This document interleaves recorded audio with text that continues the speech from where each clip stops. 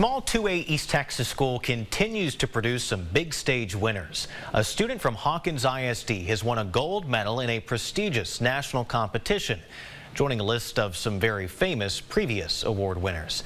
Here's KLTV7's Bob Hallmark. Hawkins High School junior Jacob Dodd recently was notified that he had won a national gold medal at the Scholastic Art and Writing Awards. At first, they sent something in the mail, and it was a gold key, and I thought that was probably for the regional one that I won a couple weeks prior. It said that I won the national award. The Scholastic Art and Writing Contest is the largest and most prestigious art contest in the country. It's celebrating its 100th anniversary, and former alumni include artists such as Andy Warhol, Robert Redford, and writers such as Stephen King and Truman Capote.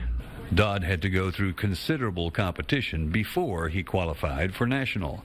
His entry was a clever use of nature. Started off at just putting merging pine cones into people. This kind of looks like Mother and Father Nature, and created, I think, a beautiful picture with one person having pine cones for hair and the other that has a waterfall on her hand.